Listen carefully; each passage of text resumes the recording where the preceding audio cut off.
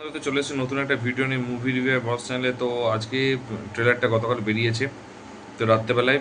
তো তা সেই ভিডিওটা আজকে আমি রিভিউ করব। সেটা হচ্ছে অ্যাসপিরেন্টস সিজন 3 বেরোচ্ছে এবং কাস্ট অলমোস্ট সেমই আছে।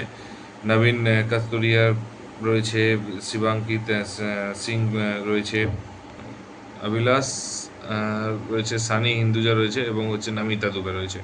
তো এছাড়াও আরও অনেকেই রয়েছে। তো ট্রেলারটার আমি স্টোরি মানে পুরো যেটা বুঝতে পেরেছি সেটা আমি বলি, তারপরে আমি পুরো ডিটেলসে তারপর ডিটেলসে যাব। তো এটা প্রাইমে হচ্ছে রিলিজ হচ্ছে। তো এবার হচ্ছে এটার মেইন যেটা স্টোরিটা সেটা হচ্ছে যে এখানে ক্লাস হচ্ছে সানি হিন্দুজার সাথে নবীন কাস্তরিয়ার, এবং তার সাথে অ্যাড হচ্ছে এবারে নতুন, সে হচ্ছে যতীন যতীন গোস্বামী হচ্ছে অ্যাড হচ্ছে এই ওয়েব সিরিজের মধ্যে।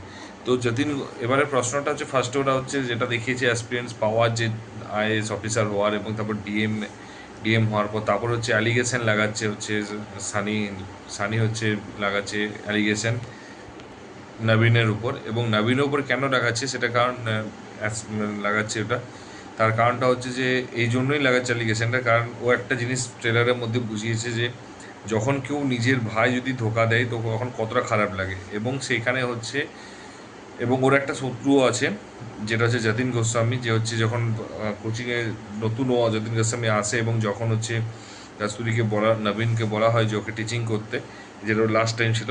তো তখন ও বলেছিল যে আমি ইংলিশ মিডিয়াম থেকে এসেছি, ও হিন্দি মিডিয়াম থেকে এসছে, তো কখনও হচ্ছে আমি ওকে টিচিং করবো এবং সেটা হচ্ছে ওয়েস্ট অফ টাইম হবে আমার জন্য। এবং সেটা ওর কাছে খুব অপমানিত হয়েছিল এবং প্রত্যেককেও একটা ওখানে একটা মিসআন্ডারস্ট্যান্ডিং যে ও সবাইকে ইংলিশে টিচিং হেল্প করতো। তো এবং ও সেটা ভাবতো যে আমি হচ্ছে মানে কি বলবো মানে বেসিক্যালি হচ্ছে যে ওকে নিচে দেখানোর জন্য হচ্ছে ও ভাবতো যে টিচিং করছে ইংলিশে। তো এটা হচ্ছে সেই জন্য ওর একটা প্ল্যান ছিল প্রথমে যে হিন্দি যারা জানে তাদের জন্য প্রচুর প্রবলেম হতো, তো সেটা যাতে না ফেস করতে হয় সেই জন্য হচ্ছে সে এখানে সে হচ্ছে ডিএম হয়ে আসে। এবং হচ্ছে এখানে ওর সাথে লড়াইটা শুরু হয়, ক্লাস হয়। তো সানি এবং হচ্ছে যতীন একসাথে এক দলে আছে এবং অপোজিটে রয়েছে একমাত্র কাস্তুরী। তো বেসিক্যালি বেসিক্যালি হচ্ছে একটা রিভেঞ্জ, একটা ইগো এবং হচ্ছে একটা পার্সোনাল প্রবলেম নিয়ে একটা ইস্যু শুরু হচ্ছে। এবং এই ইস্যুটাতে হচ্ছে যেটা হচ্ছে মাঝখানে হচ্ছে সবচেয়ে বাজে জায়গা আছে শিবাঙ্কিত সিং, কারণ সে সব কিছু ঠিক করতে চায় যে দুজনের মধ্যে, বাট কোনো মতে এটা ঠিক হবে না এবং দুজনে এতটা ইগো প্রবলেম এবং জেতা হারার যে লড়াইটা শুরু হয়েছে সেটা হচ্ছে পুরোটা বুঝিয়েছে, ঠিক আছে, বোঝানোর চেষ্টা করেছে। এবং যেটা হচ্ছে যে, এবং সবচেয়ে বড় কথা এখানে একজন অ্যাড হয়েছে এবং যখনও লাস্ট একটা ডায়লগ বলছে নবীন যে আমি প্রীতমা বিশ্বা, ঠিক আছে, আর তো সেই মুমেন্টটা হচ্ছে মানে মহাভারতের কিছু ক্যারেক্টারকেও এখানে ইনক্লুড করা হচ্ছে।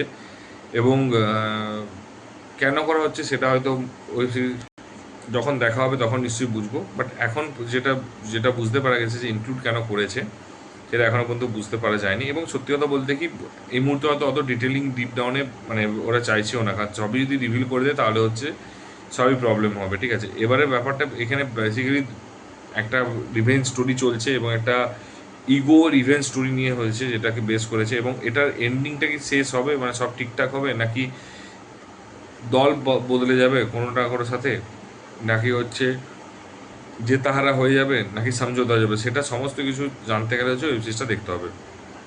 এবারে এটার ওয়েব সিরিজের সব ট্রেলারটার মধ্যে সবচেয়ে প্লাস পয়েন্ট এবং প্রচুর মানে পজিটিভ দিক হচ্ছে, মানে বেসিক্যালি হচ্ছে 3টে থেকে 4টে জিনিস আছে, নেগেটিভও একটাই জিনিস লেগেছে আমার। পজিটিভ দিকটা হচ্ছে আমার সবচেয়ে এটা ভালো লেগেছে সেটা হচ্ছে প্রত্যেকে অ্যাক্টিং পারফরমেন্স দারুণ, সিরিয়াসলি দারুণ করেছে, খুবই সুন্দর করেছে। এবং হচ্ছে নতুন যতীনের এন্ট্রি হয়েছে, বাট যতীনে কিন্তু পারফেক্টলি মানিয়েছে, ট্রেলারে কিন্তু দেখে যেটা মানিয়েছে যে একটা যে লড়াইটা হবে তো সেটা কিন্তু খুব সুন্দর মানিয়েছে, যেটা আমার খুব ভালো লেগেছে। থার্ড হচ্ছে এইটার পার্টটাতে আমার যেটা আরেকটা ভালো লেগেছে সেই জিনিসটা হচ্ছে পয়েন্টটা স্পেশালি, যে সেটা হচ্ছে যে মানে সিনেমাটোগ্রাফি হোক বা যে জায়গাগুলো হচ্ছে শ্যুট করেছে, এবং ট্রেলারে যেহেতু দুটো টাইম ফ্রেম ক্লিয়ারলি দেখিয়েছে, গোপ দিয়ে এখন রিসেন্ট এবং পাস্ট হচ্ছে গোপ ছাড়া, তো সেটা কিন্তু খুব সুন্দরভাবে রয়েছে। এবং 4 নাম্বারটা হচ্ছে যে খুব মানে বেসিক্যালি হচ্ছে প্রাইমে মানে যে, এবং এর ট্রেলারে নতুন রকম একটা লেগেছে সেটা হচ্ছে এ টিভিএফ পিচার্স, তো এটা হচ্ছে হিন্দিতে, টিভিএফ হচ্ছে ইংলিশে, আবার পিচার্স হচ্ছে হিন্দিতে, ঠিক আছে। তো এটা কিন্তু খুব সুন্দর একটু লেগেছে, ইউনিক লেগেছে। তার কারণ হিন্দি যেহেতু এখানে একটা জিনিস হচ্ছে যে একজন অলরেডি বলেছে টিভিএফে, ওইখানে ট্রেলারে বলেছে যে আমি হিন্দি মানে ইংলিশ জানি, তো আমার পক্ষে হিন্দি মিডিয়ামকে বোঝানো আমার টাইম ওয়েস্ট, সেটাকে এখানে কিন্তু পুরো ট্রেলারের মধ্যে বুঝিয়েছে। এটা কিন্তু পয়েন্ট যে হিন্দিও রেখেছে, ইংলিশও রেখেছে, এটা ভালো লেগেছে। নেগেটিভ দিক দুটো আমি বলবো।